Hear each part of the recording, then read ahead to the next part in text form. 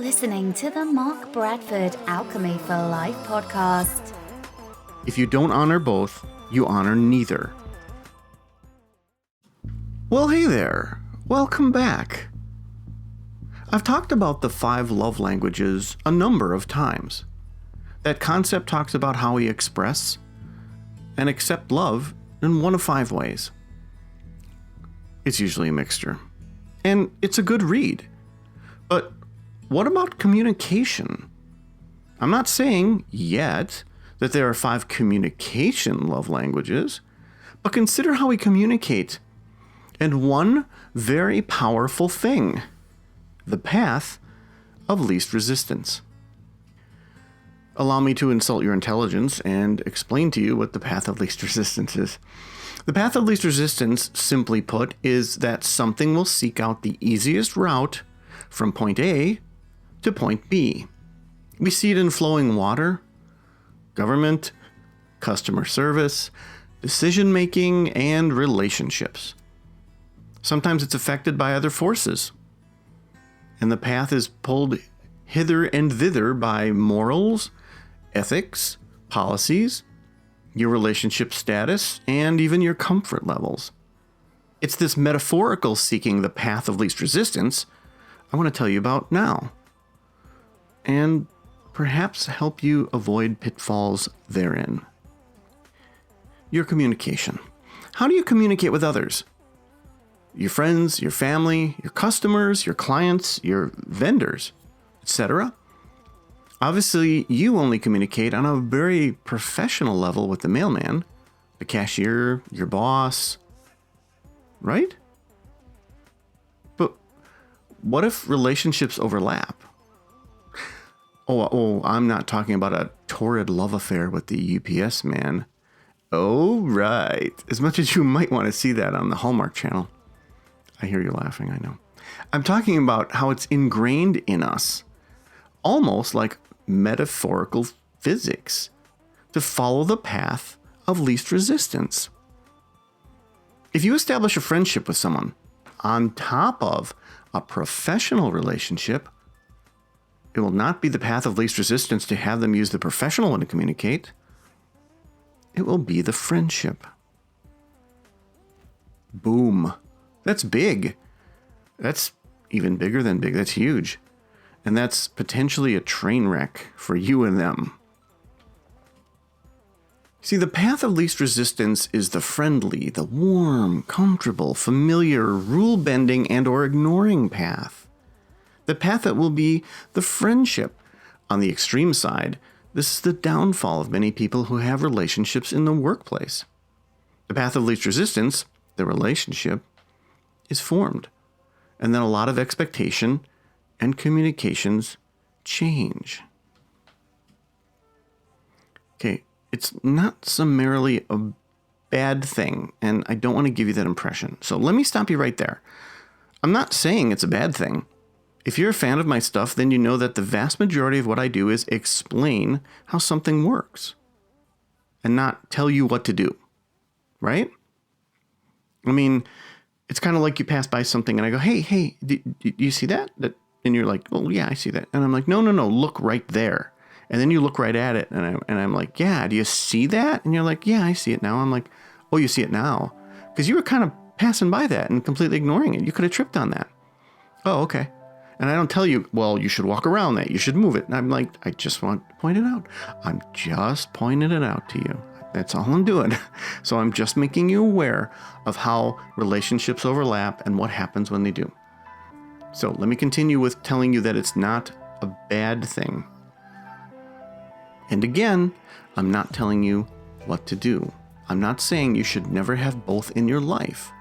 And quite realistically, this is essentially impossible unless you're some kind of monster.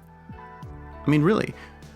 I mean, you're going to form relationships with people. You're going to form friendships with people that you see fairly often. People fall in love at work. People meet their wife that way sometimes. It's just the way that we are as warm, feeling, caring humans. It's going to happen. It's going to happen repeatedly. But how you separate the two makes a big difference. In my own life, I have many overlaps, and it's sort of hard not to form friendships with people you respect and appreciate, right? So just be wary of this, and wary is a form of awareness. Let's talk about the phrase, familiarity breeds contempt. I mean, that old phrase really refers to relationships and marriages. That's really what the origin is of it. Being in a long-standing relationship can create this sort of environment. My own opinion, personally, on this is that it's not really the familiarity, but the trust and the comfort zone created. Because any long-standing relationship with a large comfort zone is just ripe for this to happen.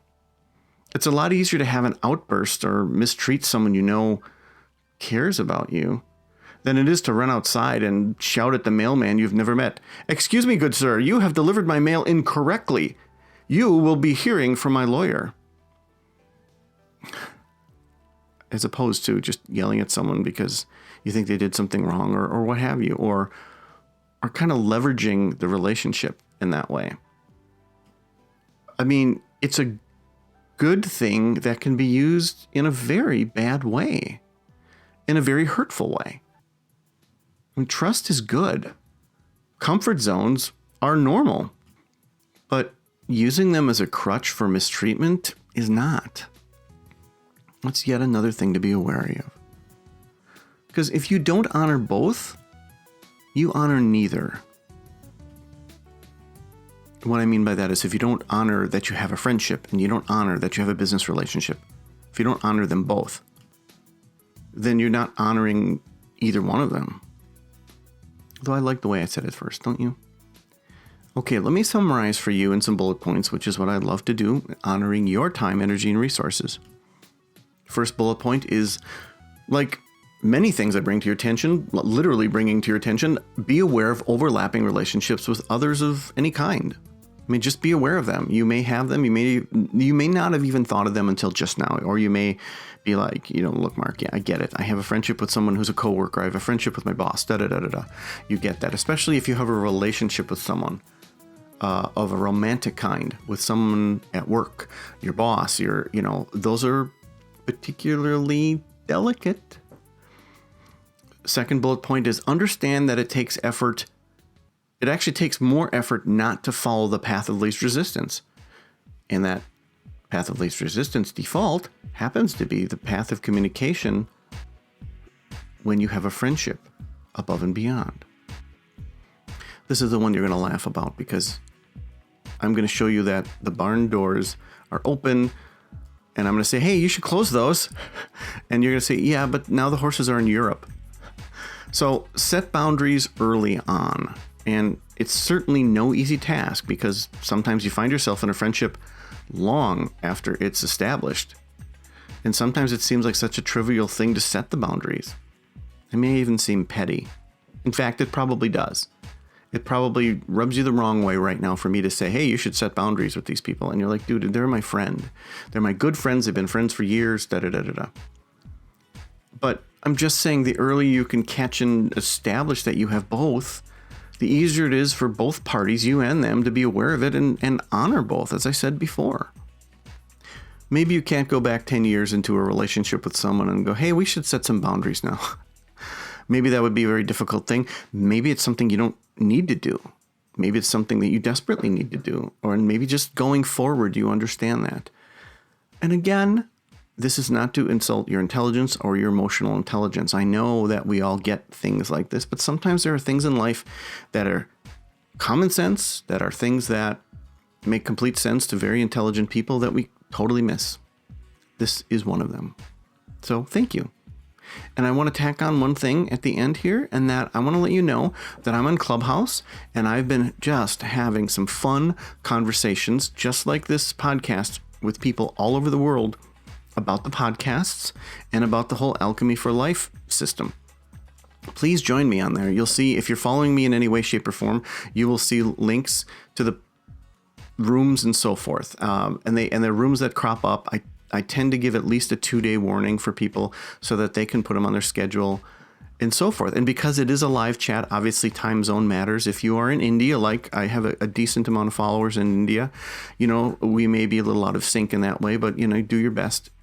Just like I do my best to be at your clubhouses at 3 a.m. So I just want to let you know that I'm on there and that I'll hit you with the regular bumper music here. So thank you so much again. And I always appreciate you listening. Take care. Hey there, thanks for listening. I always appreciate your feedback. I really, really do. Wanted to let you know that the Sword and the Sunflower audiobook won as Best New Author for 2020. My podcast is available wherever you consume podcasts, and my books are available on Amazon. Take care.